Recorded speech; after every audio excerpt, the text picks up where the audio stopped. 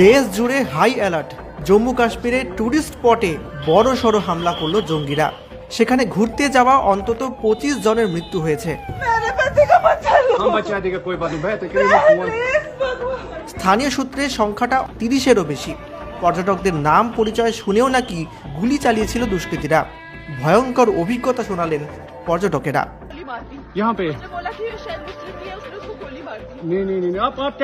ইতিমধ্যেই জম্মু কাশ্মীরের উদ্দেশ্যে ছুটে গিয়েছেন দেশের স্বরাষ্ট্রমন্ত্রী অমিত শাহ। জানা গেল মঙ্গলবার বিকেলে দক্ষিণ কাশ্মীরে পেহেলগাঁওয়ের উপত্যকায় একটি রিসর্টের অদূরে পর্যটকেরা আক্রান্ত হন। এমনটাই দাবি করা হচ্ছে জম্মু কাশ্মীর পুলিশের প্রকাশিত কয়েকটি খবরে। সশস্ত্র সন্ত্রাসবাদীরা পর্যটকদের জনে জনে নাম জিজ্ঞাসা করে গুলি করেছে বলে সূত্র দাবি করেছে। এই অবস্থায় প্রধানমন্ত্রী নরেন্দ্র মোদীর নির্দেশে পহেলগাঁও গিয়েছেন কেন্দ্রীয় স্বরাষ্ট্রমন্ত্রী অমিত শাহ। হামলার ঘটনার পরই সেনা এবং পুলিশ ঘটনাস্থলে পৌঁছায়। জঙ্গিদের খোঁজে ইতিমধ্যেই এলাকাকে ঘিরে তল্লাশি চালানো শুরু হয়েছে বলে সংবাদ সংস্থা জানিয়েছে।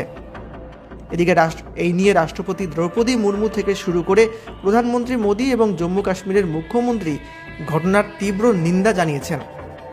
প্রধানমন্ত্রীর দপ্তর জানিয়েছে দোষীরা কেউ রেহাই পাবে না, যদিও এখনো পর্যন্ত এই জঙ্গি হামলার কোনো দায় নেয়নি কোনো জঙ্গি সংগঠন।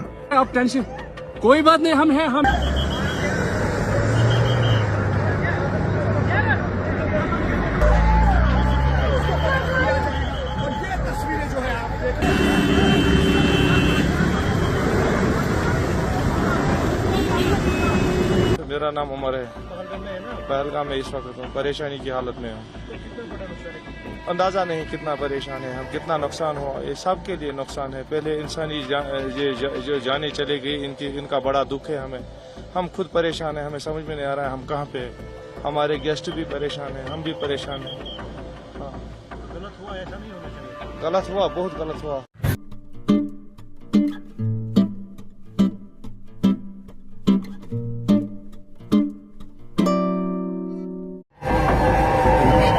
দেশ জুড়ে হাই অ্যালার্ট। জম্মু কাশ্মীরে ট্যুরিস্ট স্পটে বড়সড় হামলা করল জঙ্গিরা। সেখানে ঘুরতে যাওয়া অন্তত 25 জনের মৃত্যু হয়েছে। স্থানীয় সূত্রে সংখ্যাটা 30-এরও বেশি।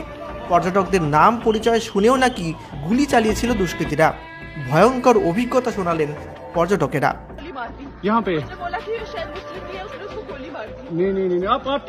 ইতিমধ্যেই জম্মু কাশ্মীরের উদ্দেশ্যে ছুটে গিয়েছেন দেশের স্বরাষ্ট্রমন্ত্রী অমিত শাহ। জানা গেল মঙ্গলবার বিকেলে দক্ষিণ কাশ্মীরে পেহেলগাঁওয়ের উপত্যকায়